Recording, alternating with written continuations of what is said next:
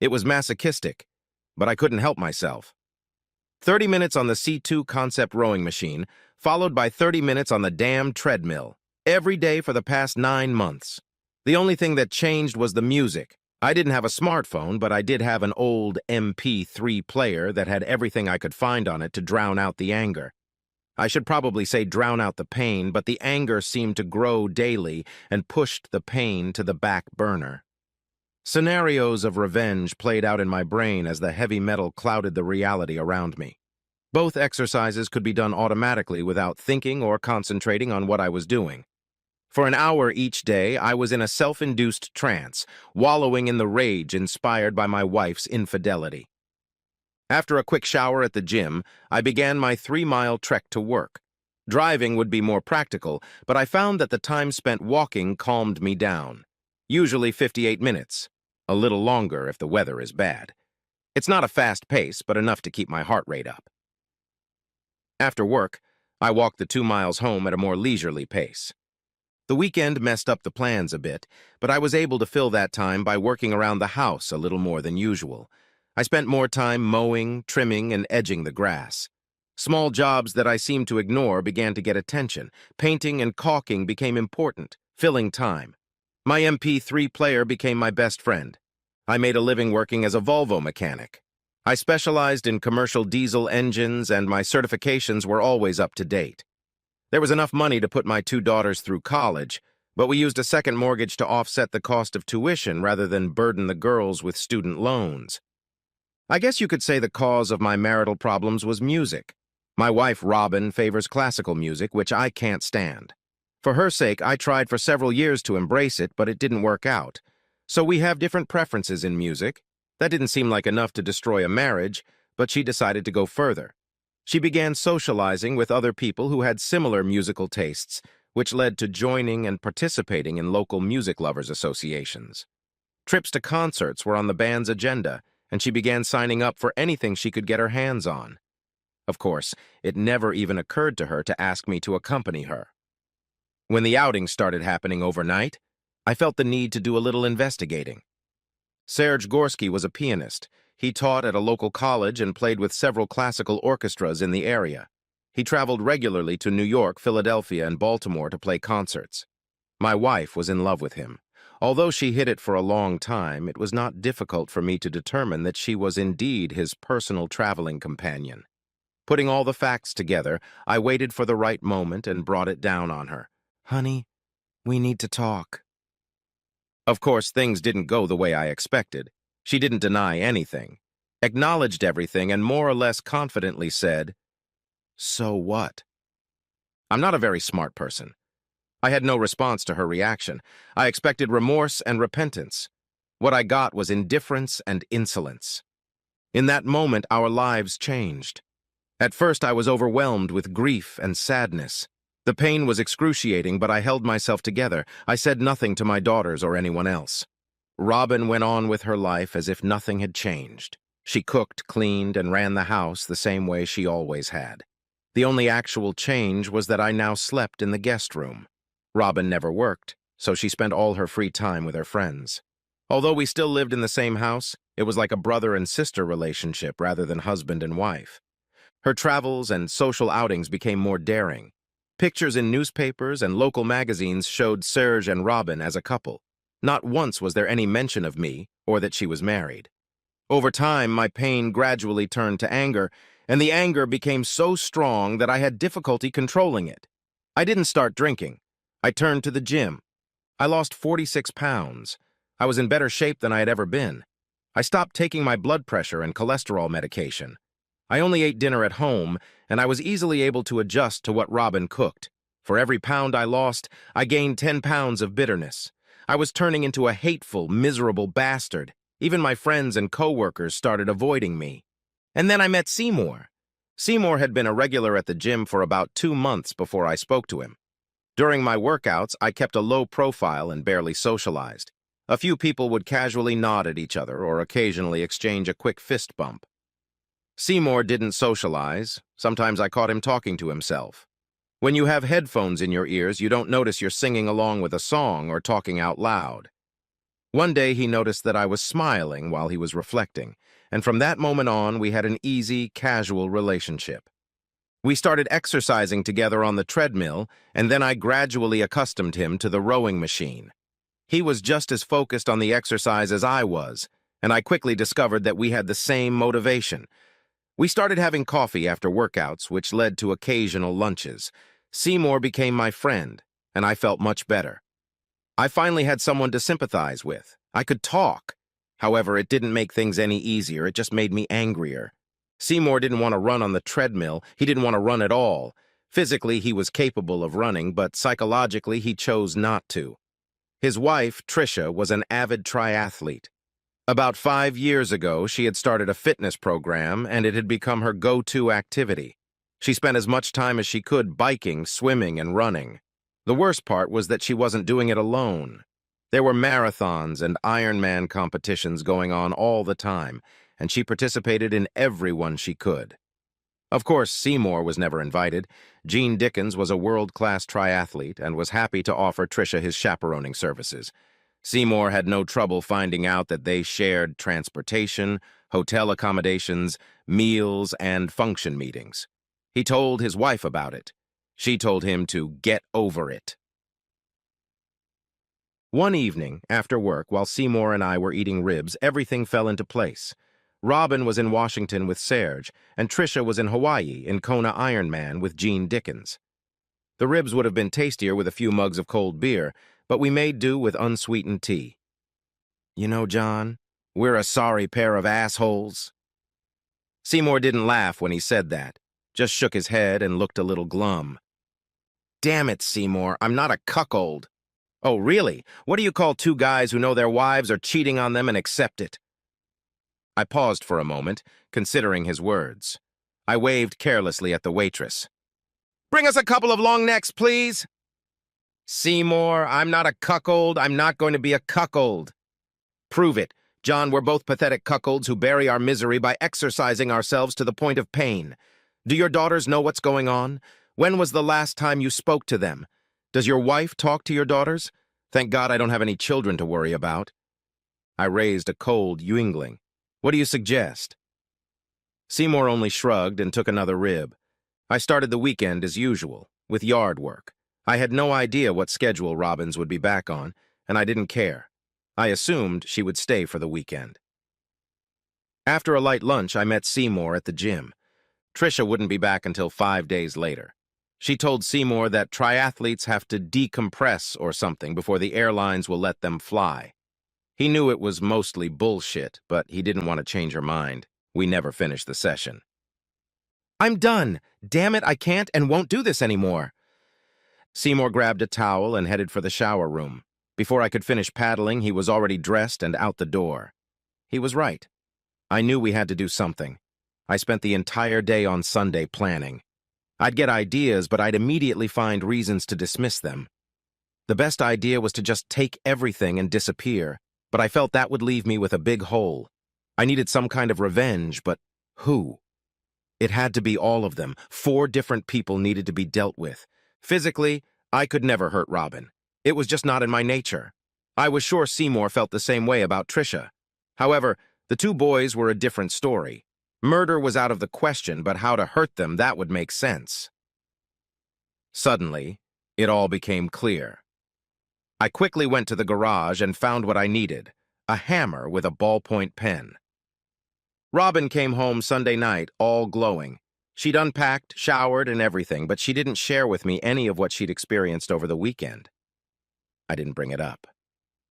After she went to bed, I stayed up to watch TV. John, I'm not going to do that. You're crazy, I don't care how bad it is, I'm not going to kill anyone. No, Seymour, you're not listening. We're not going to kill anyone, we're just going to slow them down a little. That's not what it looks like. I've seen that movie, Strangers on a Train. William Bendix and another guy turned out to be murderers. What you're suggesting is the same thing. I'm not going to do it, John. It was Farley Granger, not William Bendix, and we're not going to kill anyone. Why are we going to do that? And what are we going to accomplish by it? Good. Seymour, why is your wife so infatuated with this guy? What does he have that you don't, that makes her want him? You know exactly what it is. He's a world-class super athlete. There's no way I can match him. I'm just a forklift jockey, and an overweight one at that. So he's using his world-class athlete status to seduce and steal your wife away from you. Do you think that's fair? No. Seymour, this guy thinks he's so much better than everyone else that he can take and use any woman he wants. That's the height of disrespect, and you don't want to hurt him. He's exhausted you, and you're just going to let him get away with it. John, there's no way I can stand up to him. That's the thing, you don't have to. I'll do it. And what's the compromise? Well, there's a world-famous virtuoso pianist who may need professional chiropractic manipulation of his fingers. Can you handle that? That depends on the circumstances. Will I have to use a ballpoint hammer? Seymour, use any damn thing you want. So we agreed. Seymour was still a little insecure, so I said I'd take care of Gina first, and then he'd feel more comfortable taking care of Serge.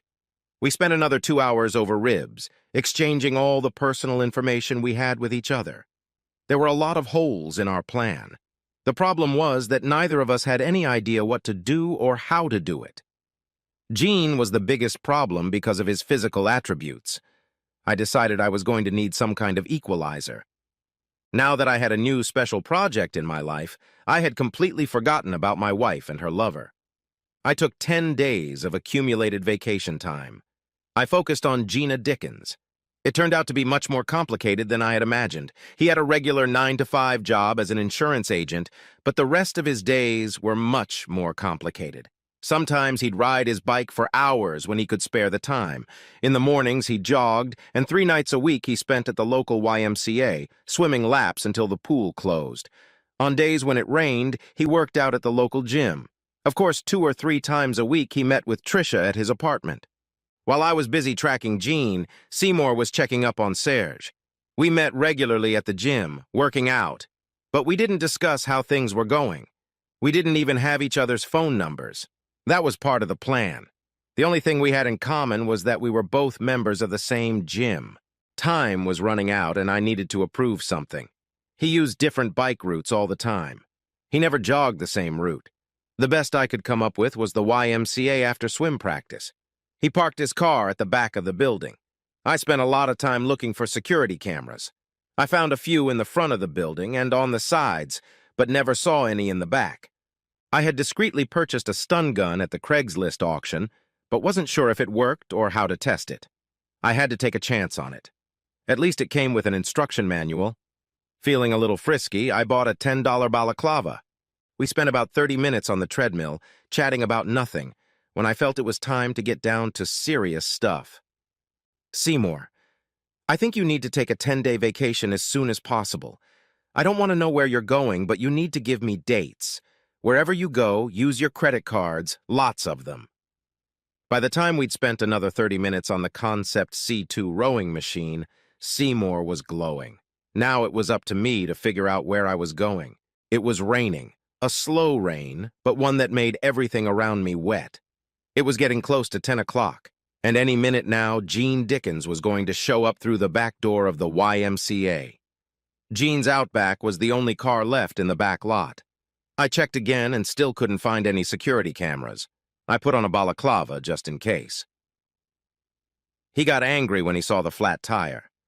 The stun gun worked as advertised, and 5 minutes later, I was on my way home. It didn't make the morning paper, but there was a short story on the evening news about a local resident who had been assaulted and injured the night before at the YMCA. Arrangements are being made to install CCTV cameras in the area to prevent further incidents. There was no word on what injuries he sustained. They had no suspects or motive. I had no idea where Seymour was or when he would return. The hammer, taser, and balaclava had been thrown into 3 different dumpsters downtown. My boss at work wasn't thrilled when I informed him that I was going to Orlando for 3 weeks for a Volvo Penta driver training course. He couldn't see how he would benefit from the marine engine course. I told him I would pay for the course and use more of my accumulated vacation time. He still wasn't happy. I left a note in Seymour's gym locker explaining that I would be out of town until the end of June. Robin, I have to go to Orlando for 3 weeks of training. Would you like to come with me, or would you rather stay home and rest? John, the summer concert season is in full swing. You know how much I love events in the park. I'd rather stay here. You'll be in class most of the time anyway, won't you? Yes. Besides, it's a little sweltering in the summer. I understand why you don't want to go, but I feel like I should ask. Thanks, sweetie. I appreciate your offer, but I'd probably be more comfortable here. Maybe we can think about a short trip later in the summer. Maybe a weekend in New England or something like that. Of course, this conversation went exactly as I expected. Now on to the next phase of the plan. There was no further news of Gina Dickens. I left at dawn on Saturday and planned to make it to Orlando in 2 days, including a stop at the Tennessee Aquarium in Chattanooga. You have to get your priorities right. Luckily, the school had a long-term rental that included cooking.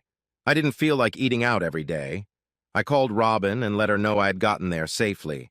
If you want to read the newspaper online, you pay $1 a month. I took care of that as soon as I got settled. Starting tomorrow, I would scrutinize all news from home, paying special attention to police reports. I couldn't wait to see if Seymour would keep his end of the bargain. I was also anxious to see if he would get some kind of a thrashing from the police about the Dickens incident. There was a Planet Fitness about a mile from the house. I used my guest privileges card. The first week of my vacation was boring, the second week was interesting, and the third week was great. Of course, I'm not referring to my school training. Everything was top-notch. Every day I read the entire newspaper looking for something interesting. There was a concert at the Brandywine Battlefield that a friend of my wife's organized. I'm sure she enjoyed that little outing. Late the following week, there was a front-page article about the heinous attack on Serge Gorski, a local university professor and symphony orchestra director. The police felt it was some sort of professional vendetta, as the only injuries he sustained were to both hands. Comparisons were made to the recent attack on Jean Dickens, but they were unable to link the two incidents. At this point, there are no suspects. I spent the rest of the evening with a package of black and tan, trying to figure out where, when, and how Seymour had pulled this off. I really didn't want to know, but it was fun to think about. The next morning, one of the administrators at Volvo Penta High School informed me that some official from Pennsylvania had called and confirmed that I was indeed attending school and hadn't missed any scheduled classes. I expected nothing less. I was curious as to when my wife would let me know. I hadn't heard from her in several days. In preparation for her call, I went out and bought another package. The call never came. The last week of school turned out to be the best. We had half a day of interviews with potential employers. I was not expecting that. As it seemed to me, any offer would have been a good one. My age, experience, and willingness to relocate gave me some advantage over most of the other students. I got the offer I wanted, and it was easy for me to make a choice. On the way home, I decided to make a quick stop to check things out. There was still no follow-up article in the paper about the mysterious attacks. Robin never called again. Perdido Bay Marina was actually in Alabama, but you could see Florida across the water. Bill Morgan willingly showed me his pride and joy.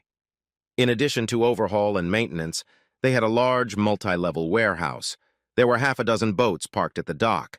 The crowning glory of it all was a small mobile home in the backyard that he said I could use for free. I asked him to tell me more about the storage unit, which he said was favored by bullfinches. After telling me about the job, he jokingly asked if I had any experience with a forklift. I immediately thought of Seymour. Arriving home was somewhat anticlimactic. I was quickly hugged and kissed on the cheek by my loving wife. I made several attempts at some light conversation, but Robin didn't respond with anything more than light chatter. She didn't mention Serge at all. I didn't insist, but smiled to myself. I showered, changed, and we enjoyed a light dinner. I'd been gone 25 days, and it was as if I'd never left. I was looking forward to a good workout at the gym in the morning. He was there when I arrived. "Good morning, Seymour." "Good morning, John." We continued working out for about 20 minutes without saying anything. It was a little weird. Finally, I couldn't take it anymore. "Coffee, Seymour." "Damn, I thought you'd never ask." We didn't even bother to shower or change. We just grabbed our stuff and headed across the street to Mickey D's. John, how are you doing? Quiet. It's like I never left. If I hadn't read about what happened in the paper, I never would have found out. And you? Just the opposite. Trisha is furious and taking her anger out on me. The police completely exonerated me, but she's convinced I had something to do with his attack. She spends more time at his place playing nurse than she does at home. She's even stayed over a couple times. In a way, it's even relaxing. I like spending time away from her more than I like spending time with her. You did a good job with him. His triathlon days are over. I wasn't sure. I never read about exactly what injuries he had. Did the police give you a hard time? Damn right they did. They went through my phone records and bank accounts trying to link me to his attack. After a week or so, they finally gave up. Trisha was the driving force behind trying to get me indicted. Just curious, but where did you go? I was on a windjammer cruise out of Rockland, Maine. I enjoyed myself immensely. Good for you. I had to sit in a classroom 8 hours a day for 3 weeks. So what now, John? I don't know about you, but I'm getting out of here. I have a job near Pensacola, and I'm leaving at the end of the week. Are you going to divorce her? No. I'm just taking everything and leaving. If she wants a divorce, let her file for divorce. I'm interested to see if good old Serge will step up and accept her or leave her. What about your house and belongings? I'm leaving her everything except the money in the bank. She'll get the mortgage, car payments, utilities, and a Kohl's credit card. That gives me something to think about. You'll let me know where you'll be, won't you? Sure, by the way, did Serge give you any trouble? Not very much. The day before, I sprayed the cameras in the garage with wasp spray and used a kitchen hammer to finish the job. One swift blow to the head and then half a dozen blows to each arm. I even made sure to hit both of his thumbs. He never saw me. He wasn't home yet when I left. Robin wasn't home when I got home from the gym. I took a quick shower and headed to work. The boss wasn't happy when I tendered my resignation. I emptied all of my bank accounts except for a few $100s. I closed all credit cards. We usually kept a zero balance on them. After another quiet dinner with my wife, I grabbed a beer and headed to the den. I pulled out my passport, birth certificate, and DD 214. I didn't want to take anything else with me. The tools from work were in the back seat of the Subaru. The only things left to take were my clothes and laptop. Robin was friendly, but still very quiet and reserved. The next morning, she left somewhere early. She stopped telling me where she was going over a year ago. I guess she thought I didn't need to know about it. It took me less than 30 minutes to load the Outback. I grabbed the George Foreman at the last minute. It just seemed like a good idea. I was on US 81 highway near Luray when I decided to notify Seymour of my departure. It was a short text message, Perdido Bay Marina. Whatever he decided to do, I was fine with it. It only took me a few weeks to settle in. My phone was off the whole time. The job was different, but the same, if that makes any sense. Most of my free time was spent setting up the trailer. It worked fine, but it required a little love and attention.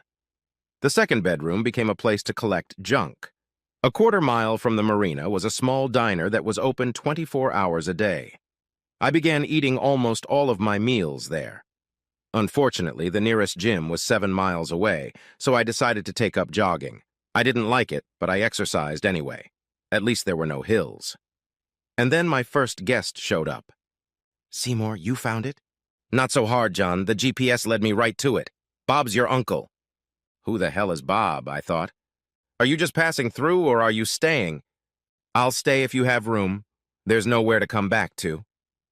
We spent an hour or so getting Seymour settled into the second bedroom and then had dinner at the diner. Seymour had been driving straight down the road, 16 hours, and was dead tired. I left him to sleep the next morning. Bill Morgan hired Seymour right away. He hated using forklifts and was more than happy to turn them in. The pay wasn't great, but Seymour didn't seem to mind. He just wanted to make sure he had enough to live on. He had a stash of cash that he brought with him.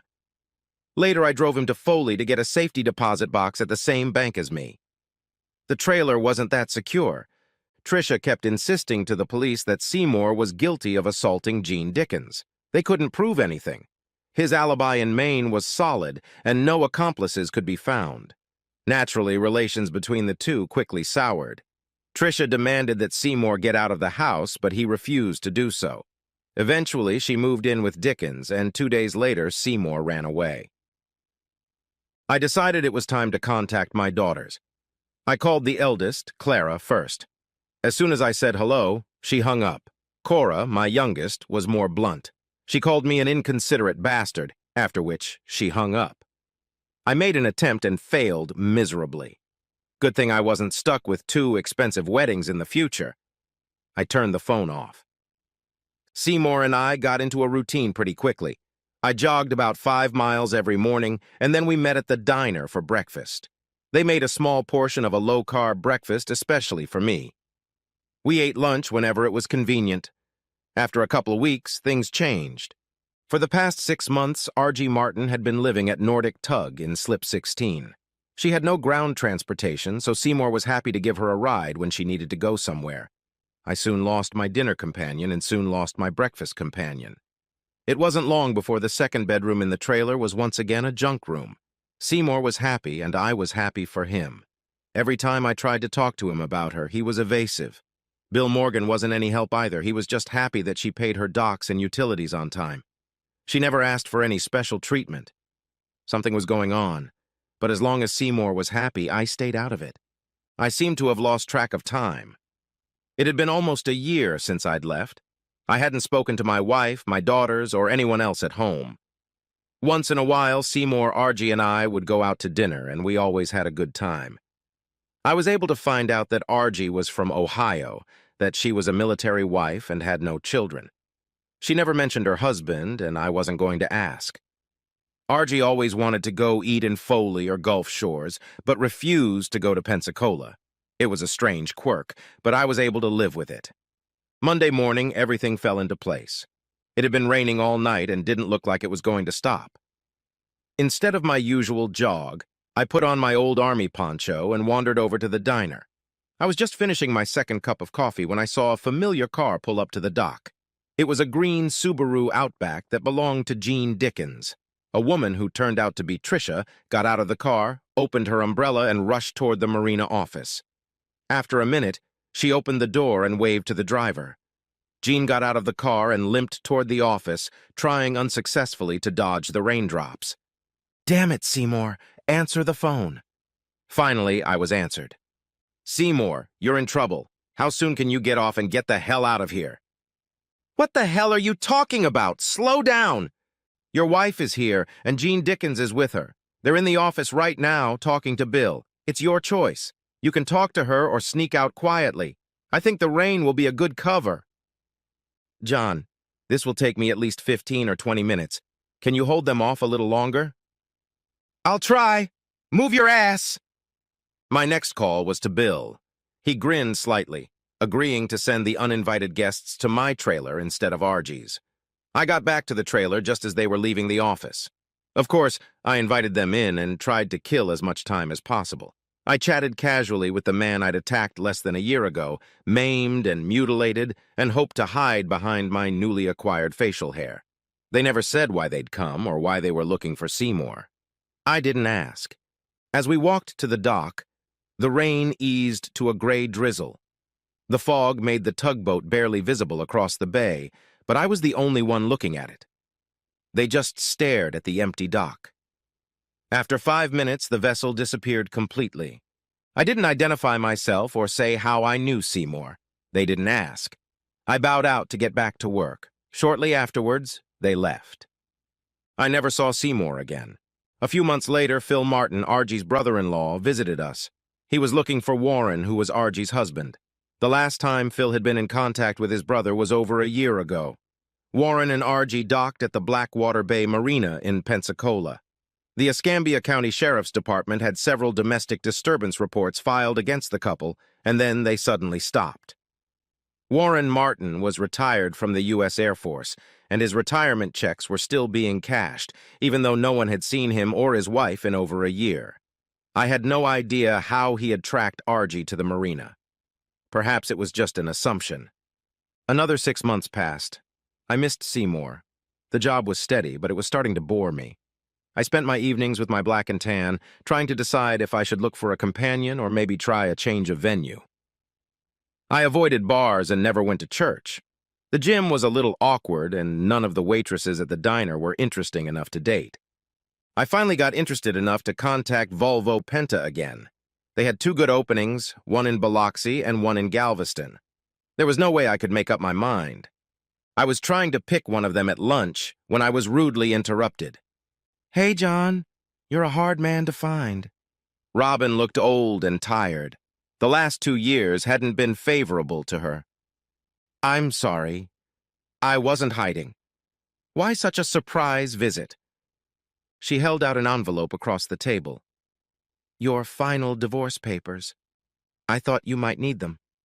I filed for divorce a year from now." "If you knew where I was, why did you have to come here? You could have just mailed them." "I don't know, probably to get some closure. You screwed me over big time, but I guess I deserved it." "That wasn't my intention. I just wanted to get away so you could be with Serge. I felt like I was holding you back." "Well, you didn't leave me much. With no money and a foreclosed house that the bank ended up taking, what really pissed me off was that you took George Foreman. I thought your lover might have backed up. By the way, where is he?" Things didn't go well for Serge after the accident. He went back to Estonia about 6 months ago. "You didn't go with him?" "I wasn't invited." I didn't say anything back. "Serge was a little offended. He thought you had something to do with his attack. Things seemed to get better between us after that." "And now what?" "Clara got married last June and they moved to Ocala. I'm going to move in with them and play the role of grandmother. On the way, I decided to make a little detour to deliver your newspapers." Silly me. I sat there like a fool, waiting for some sort of apology, but none came. It was as if she still kept rubbing my face after that time. There was no remorse or regret on her part. "Well, Robin, I'm glad you stopped by. I'm sorry I missed Clara's wedding, but I guess she didn't want me there anyway. I'm also sorry things didn't work out with you and Serge. I know how important that was to you. Is there anything else before you leave?" "Yes, I want the George Foreman. I picked Biloxi. It was only 2 hours away. The casino is fun. I got her a goddamn George Foreman."